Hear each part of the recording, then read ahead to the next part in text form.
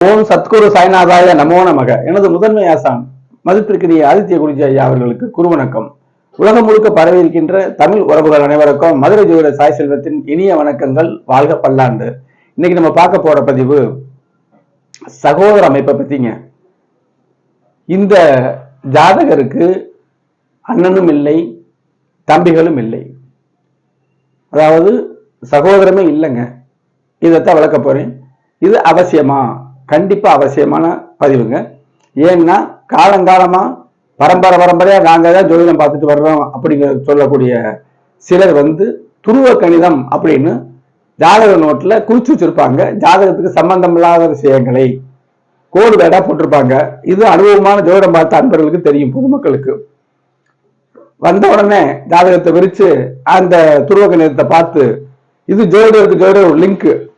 ஒருத்தர் எழுதினாருன்னா ராமசாமி எழுதினாருன்னா அங்கே முருகசாமி பார்ப்பாரு, முருகசாமி எழுதினாருன்னா ராமசாமி பார்ப்பாரு. இந்த மாதிரி அமைப்புல பார்த்த விஷயங்கள். 9ஆம் இடம் போட்டு டிக் போட்டிருப்பாங்க, அப்பா இருக்கார். 4ன்னு போட்டு டிக் போட்டிருப்பாரு, அம்மா இருக்காங்க அப்படின்னு அர்த்தம். 3ன்னு போட்டு முட்டை போட்டிருந்தாங்கன்னா சகோதரம் இல்லை அப்படின்னு அர்த்தம். 11 போட்டு முட்டை போட்டிருந்தாங்கன்னா மூத்த சகோதரம் இல்லைன்னு அர்த்தம். இதெல்லாம் அவங்ககிட்ட கேட்டு எழுதின அமைப்புகள். இது பத்தி நம்ம பேச வேணாம், அது ஆரம்ப காலம். இப்ப ஜோதிடத்துடைய ஒரு பிதாமகர் அப்படின்னு சொல்லிடலாம், என்னுடைய குருநாதர் ஆதித்ய குருஜி ஐயா அவர்களை. மறுக்கப்பட்ட ஜோதிட விஷயங்களை விடுத்து கிரக பாவக சுபத்துவத்துல அடிப்படையில எல்லாமே சொல்லலாம் நிரூபிக்கிறாரு. என்னுடைய ஜாதகத்தை நிரூபிச்சாரு, எங்க வீட்டு ஜாதகங்களை நிரூபிச்சாரு. அதே மாதிரி ஆர்வலர்களும் அந்த கொள்கைகள் எடுத்துக்கிறோம். பலன்கள் அதுலதான் இருக்கு. கிரக பாவக சுபத்துவ அமைப்புல தான் இருக்குது. சூட்சும அமைப்பும் பார்க்கணும். செவ்வாய் சனிக்கு கேது சேர்ந்தா செவ்வாய் சனியுடைய கொடூர குணங்கள் கண்டிப்பா இருக்காது. இதெல்லாம் உணர்ந்து பார்க்கிறோம். ஐயா சொல்லிட்டாங்க, அப்படியே ஏத்துக்கிறலாம். ஒரு ஆசான் சிறந்த ஆசானாக இருந்தால் அப்படியே ஏத்துக்கிறலாம், அவங்கள பார்த்தாலே தெரியும். அப்ப இருந்தாலும் ஒரு ஆர்வலர் நம்ம அதுலயே போகக்கூடாதுல்ல, நம்ம 2 விஷயங்களை கண்டுபிடிக்கணுங்கிற அமைப்புல நான் சில விஷயங்கள்லாம் கண்டுபிடிச்சிருக்கேன். அதை அடுத்தடுத்த வீடியோக்கள்ல தர்றேன். இப்ப அவர் சூட்சும விஷயங்களை சொல்லும் போது லக்கணத்துல மகர லக்கண மை செவ்வாய் அங்கே இருக்காரு உச்சமா. தனிச்சு இருந்தாருன்னா முன்கோபம் கண்டிப்பா இருக்கும். உச்சமா இருக்குல்ல அப்படிங்கிற அமைப்புல கேது இருக்கும்போது இவர் கோபமே பட மாட்டாருங்க சொல்றேன். ஆமா, அற்புதம், கோபமே இவருக்கு வராதுங்கிறாங்க. அப்ப ஜோதிடத்துல உண்மை தன்மை உணர்ந்துதானே சொல்லியிருக்காரு. இந்த அமைப்புலதான் பலன்கள் இருக்குது. இப்ப நான் சொல்லக்கூடிய விஷயம் எதுக்குன்னா, ஜாதகர் வந்த உடனே பார்க்க வர்றாங்கல்ல, பொதுமக்கள் வர்றாங்கல்ல, அவங்கள நம்ப வைக்கிறதுக்கு மாற்று வழியாக துருவ கணிதத்தை பக்கமே திரும்பாம மாற்று வழியாக கிரக பாவக சுபத்துவ அமைப்புல பல விதங்களை சொல்லலாம். ஜாதகருடைய குணத்தை சொல்லலாம், சகோதரர் இருக்காங்க பார்க்கலாம், மூத்த சகோதரர் இருக்காங்களான்னு பார்க்கலாம், அவங்க குணத்தையும் சொல்லலாம், அப்பாவுடைய குணத்தை சொல்லலாம், வேலையை சொல்லலாம், தரத்தை சொல்லலாம். இதெல்லாம் ஒவ்வொன்றும் பாவகம், பாவகாதிபதி, காரகம். இப்ப அப்பான்னா 9ஆம் பாவம், 9ஆம் பாவ அதிபதி சூரியன். இதை பூரம் அந்த 3 அமைப்புகளுடைய சுபத்துவ பாவத்துவ அமைப்புப்படி தந்தையார் இருப்பார். தந்தையார் இல்லைன்னா 3மே இருவிளைஞ்சிருக்கும். தாயாருக்கு 4ஆம் வீடு, 4ஆம் அதிபதி சந்திரன் சுபத்துவ பாவத்துவம். சகோதரர்களுக்கு மூத்த சகோதரர்களுக்கு 11ஆம் இடம், பொது சகோதர ஸ்தானமான 3ஆம் இடம் செவ்வாய். இதனுடைய சுபத்துவ பாவத்துவத்தை பத்தி சகோதரர் இருக்காரா, எப்படி இருக்காரு சொல்லலாம். இளைய சகோதரத்திற்கு 3ஆம் இடத்தையும் செவ்வாயும் பார்க்கணும். இந்த அமைப்புல தாங்க இதை விளக்க போறேன். ஜாதக பலன்களே கிரக பாவக சுபத்துவ அமைப்புல தான் இருக்குது அப்படின்னு சொல்லிட்டேன். என்னுடைய இதற்கு முன்னாடி சில விஷயங்கள் என்னுடைய சேனல் அஸ்ட்ரோ சாய் செல்வம் அப்படிங்கிற யூடியூப் சேனல்ல 1100க்கும் மேற்பட்ட பயனுள்ள வீடியோக்கள் இருக்குங்க. கல்வி, வேலை வாய்ப்புகள், திருமணம், 2ஆம் திருமணம், வெளிநாடு பயணம், தொழிலா வேலையா, இந்த மாதிரி அவயோக தசைகள் பொதுவாக பார்ப்பாங்க. என்னுடைய ஜாதகம் எப்படி இருக்குன்னு கேட்டு வருவாங்க, கட்டணம் கட்டி. அதையும் நம்ம இந்த கிரக பாவக சுபத்துவத்தை தான் நான் வலியுறுத்தினேன். சரியாக இருக்கிறது. இதெல்லாம் ஜாதகம் பார்க்கக்கூடிய உள்ளூர் நண்பர்கள், வெளியூர் நண்பர்கள், வெளி மாநிலத்தில் உள்ளவங்க எல்லாருமே அறிவார்கள், அடுத்தடுத்து பார்ப்பாங்க. என்னிடம் ஜாதகம் பார்க்க எந்த ஒரு விஷயமானாலும் இந்த திரையில தெரியக்கூடிய வாட்ஸ்அப் நம்பருக்கு தொடர்பு கொள்ளுங்க. கிரக விளக்கத்தோடு பலன்களை கேட்டு தெரிந்து கொள்ளலாம். கிரக விளக்கத்தை ஏன் சொல்லணும்? ஒரு பலனை கேட்டால் 2026 பிறந்த உடனே ஜனவரி மாதம் நடக்கும் அப்படி சொல்ல காட்டிலும் 2026ஆம் ஆண்டு ஜனவரி மாதம் இதற்கு என்ன தசாபுத்திகள் இருக்கு அப்படின்னு பார்த்து சொல்லணும். அதுக்கு முன்னாடி ஜாதகத்துடைய தரத்தை பார்க்கணும். இவ்வளவு விஷயங்கள்லாம் இருக்குங்க. அதன்படி பலன்களை கேட்டு தெரிந்து கொள்ளலாம். இப்ப வீடியோக்குள்ள நம்ம போகணுங்க. இந்த ஜாதகர் பிறந்தது வந்து 30/3/1997 ராமநாதபுரத்துல. இப்ப 29 வயது ஆகுது. கேட்ட 4ஆம் பாதம் நட்சத்திரம். இப்ப ஜாதகத்தை பார்ப்போம்ங்க. நம்ம எடுத்துக்கிட்டது வந்து இவருக்கு சகோதரம் இல்லை. ஏன் தெளிவா இருக்க பாருங்க. நான் ஏற்கனவே சொல்லிட்டேன், மூத்தவங்களுக்கு எந்த ஸ்தானத்தை பார்க்கணும், இளையவங்களுக்கு எந்த ஸ்தானத்தை பார்க்கணும். இப்ப இளைய சகோதரத்தை எடுத்துக்கிடுவோங்க. லக்கணத்துக்கு 3ஆம் இடம். 3ஆம் இடம்ங்கிறது இளைய சகோதரம். இசை, நடனம், தாம்பத்திய அமைப்பு, தன்னம்பிக்கை அதெல்லாம் இருக்கு. இப்ப நம்ம எடுத்துக்கிட்டது சகோதர அமைப்பை மட்டும்தான். தெளிவா பார்க்கணும். 3ஆம் இடத்துல ராகு வந்துட்டாருங்க. 3ஆம் இடத்துல ராகு இருந்தாலே சகோதரம் இல்லையா?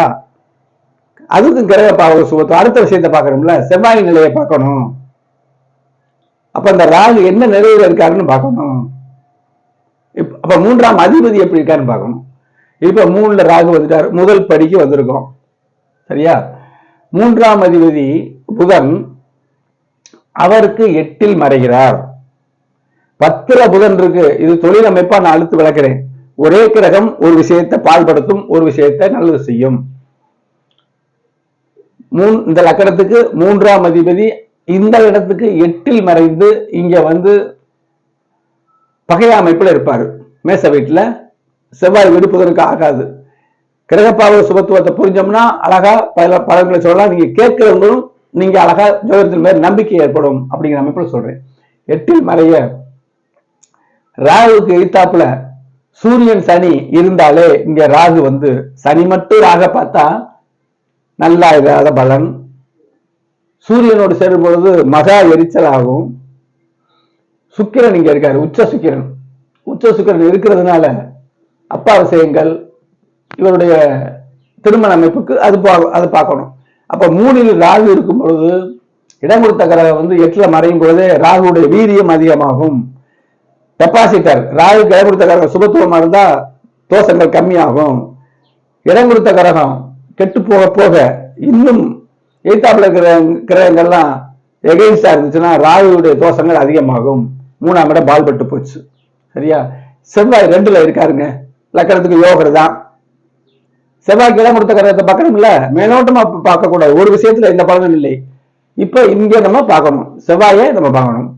செவ்வாய்க்கு இடம் கொடுத்த கிரகம் சூரியன் சனியோடு சேர்ந்துருச்சா இந்த வீட்டுக்கு 8, 6, 8, 12 அமைப்புகள் வரக்கூடாது. இதையெல்லாம் இதை உட்படுத்தணும். செவ்வாயும் நல்ல நிலையில் இல்லை. அப்ப சகோதரம் இளைய சகோதரம் இவருக்கு இல்லை. சரி, மூத்த சகோதரம் 11ஆம் இடம் பார்க்கணும். 11ஆம் இடத்தை பார்க்கணும். 3ஆம் இடத்தையும் பார்க்கணும். செவ்வாயும் பார்க்கணும். செவ்வாயின் நிலை இங்க வந்து தடுமாறத சொல்லிட்டேன். இடம் கொடுத்த கிரகம் சூரியனோட சேர்ந்துட்டாரு. சூரியன் இடம் கொடுத்த சூரியன் சிம்ம அதிபதி சனியோட சேர்ந்து கட்டு போயிட்டாரு. 3ல ராகு கடுமையான அமைப்புல இருக்கு. ராகு கடுமையான அமைப்புல இருக்காரு. இங்க கன்னி ராகு நல்லவர்கள் இருக்கக்கூடாது. விதி விலக்கு நிறைய இருக்கு. விதியை விட விதி விலக்குகள் அதிகம். இங்க 3ல ராகு அதிகப்படுத்த 11ஆம் அதிபதி யாரு பாருங்க, சுக்கிரன். சனி சூரியனோட சேர்ந்த சனி பார்வை. சனி பார்த்தாலே ஒரு கெடுதல், சூரியனோட சேர்ந்தா மிக கடுமையாக இருக்கும். 3ஆம் இடத்தை பார்க்க அந்த 11ஆம் அதிபதியும் சனியோட சேர்ந்துட்டார். சுக்கிரன் தானே சனியோடு சேர்ந்து சூரியனுக்குள் அஸ்தங்கம் ஆகிவிட்டார். அஸ்தங்கம், அந்த சத்து போல சூரியனுக்கு போயிடுச்சு அப்படின்னு அர்த்தம். இது இவருடைய தொழிலுக்கு அந்த இப்ப சுக்கிரன் அஸ்தங்கம் இந்த விஷயத்த தவறு. அதே சுக்கிரனை சூரியன் அஸ்தங்கம் பண்ணும்போது திருமண தாமதமாகும். அதே சூரியனை சுக்கிரன் அஸ்தங்கம் பண்ணும்போது அப்பாவுக்கு நல்லா இருக்கும், இவருடைய ஜீவனத்துக்கு நல்லா இருக்கு. ஜீவனக்காரகன் சூரியன் இல்லையா? இப்படி ஏராளமான நுணுக்கங்கள் கொண்ட ஜோதிடம், அற்புதமான ஜோதிடம், புரிஞ்சுக்கிட்டா எளிமையான ஜோதிடம்.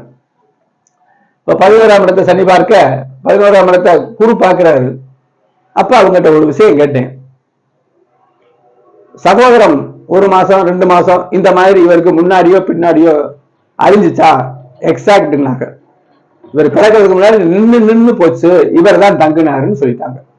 அப்ப இதுல நான் எந்த பாயிண்ட பார்த்தேன்? சாரங்கள் ஏதாவது பார்த்தேன்னா ஜாதகம் சத்தான ஜாதகமானு பார்த்துக்கிட்டு நம்ம எதை நோக்கி போறோமோ, தாயார்னா 4ஆம் இடம், பிள்ளைகள் 5ஆம் இடம். அது மட்டுமா? சந்திரனையும் பார்க்கணும் தாயாருக்கு. கடக வீட்டையும் பார்க்கணும். சகோதர அமைப்புக்கு செவ்வாயை பார்க்கணும். நான் சொல்லிட்டேன் 11ஆம் இடம் 3ஆம் இடம். இதையெல்லாம் பார்த்து அந்த கிரகங்களுக்கு அந்த பாவகங்களுக்கு என்ன சுபத்துவம் இருக்கு பாவத்துவம் இருக்கு, குறிப்பிட்ட கிரகத்துக்கு என்ன இருக்கு என்ன சுபத்துவம் இருக்கு பாவத்துவம் இருக்கு, இதை பார்த்தாலே பலன்கள் அற்புதமாக வரும். அப்ப பலன்களே கிரக பாவக சுபத்துவத்துல இருக்கு. இதை பார்க்கக்கூடிய ஆர்வலர்கள், அதிகாரிகள், தொழில்முறை ஜோதிடர்கள், பொதுமக்கள் நன்றாக புரிஞ்சுக்கிறீங்க. ஜாதக பலன்களே ஒளிதாங்க ஜோதிடம். ஜோதிஷம் ஒளியியல், ஒளிதான் ஜோதிடம். இருபது ஒரு பிராப்தமான ஜாதகம்னா அதுக்கு ஒரு வீடியோ போடலாம். பிராப்தமான ஜாதகம் எப்படி இருக்கும்? ஒளியாக இருக்கும். ஜாதக நோட்ல வெளிச்சமா அடிக்குது அப்படி இல்லை. சந்திரன் பௌர்ணமியா இருந்தா ஒளியா இருக்காருன்னு அர்த்தம். சரியா? சுக்கிரன் நல்லபடியா இருந்தாருன்னா நீசப்படாம நல்ல உச்சமா இருந்தாருன்னா ஒளியா இருக்காருன்னு அர்த்தம். குரு உச்சமா மட்டுமில்ல, பாவத்தன்மை இல்லாம நல்ல பிரைட்டா இருந்தாருன்னா ஒளியான ஜாதகம் அர்த்தம். இப்ப இந்த ஒளிக்கிரகங்கள்லாம் நீசப்பட்டு மறைவு பெற்று ராகு சனியோட சேர்ந்து இப்படிலாம் இருந்தாங்கன்னா அது இருள் சாதகம்னு அர்த்தம்ங்க. அப்ப ஒளியாக ஜோதிடத்தை புரிந்து கொள்ள வேண்டும். அதனாலதான் இதை நான் சொல்றேன். இந்த இவர் வந்த உடனேயே இவங்களுக்கு மூத்த சகோதரமும் இல்லை, இளைய சகோதரமும் இல்லை அப்படி சொல்லி இந்த காரணத்தை புரியும் பொழுது அவர் நம்ம மேல நம்பிக்கை ஏற்பட்டு ஜோதிடத்துல உட்காந்து வேற எந்த கேள்வியும் கேட்க மாட்டாங்க. அடுத்து எனக்கு என்ன வேணும்னு கேட்பாங்க. இதுதாங்க இதுல உள்ள மகத்துவம். துருவ கணிதம் மோசடினே சொல்லுவாங்க. அது தேவையில்லாத விஷயம். உங்க பாக்கெட்டை ஓட்டி அதுல எத்தனை ரூபாய் இருக்கு எடுத்து எண்ணி உங்ககிட்ட சொல்றது பெரிய கெட்டிக்காரத்தன்மை இல்லை. உங்ககிட்ட எவ்வளவு இருக்குன்னு சொல்லணும். எப்படி உங்ககிட்ட எவ்வளவு பணம் இருக்கு அப்படின்னு அது சாத்தியம் இல்லை. நம்ம என்ன மந்திரவாதியா? ஆனா குணத்தை சொல்லலாம்ல. உங்க குணம் என்ன, உங்க அப்பாவோட குணம் என்ன, அம்மாவோட குணம் என்ன, அவர் என்ன செஞ்சுக்கிட்டு இருக்காரு, மூத்த சகோதர குணம் வேற, இளைய சகோதர குணம் வேற, அதையெல்லாம் நம்ம சொல்லலாம். தாய் மாமனையும் சொல்லலாம், எல்லா விஷயத்தையும் சொல்லலாம் கிரக பாவக சுபத்துவ அமைப்புப்படி. அடுத்தடுத்து நுணுக்கமான வீடியோக்கள் தருகிறேன், பாருங்கள்.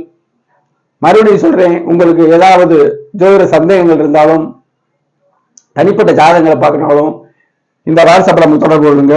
மிகச் சரியாக விளக்கத்தோட உங்களுக்கு பலன்களை சொல்கிறேன். அடுத்த வீடியோவில் சந்திப்போம். நன்றி, வணக்கம்.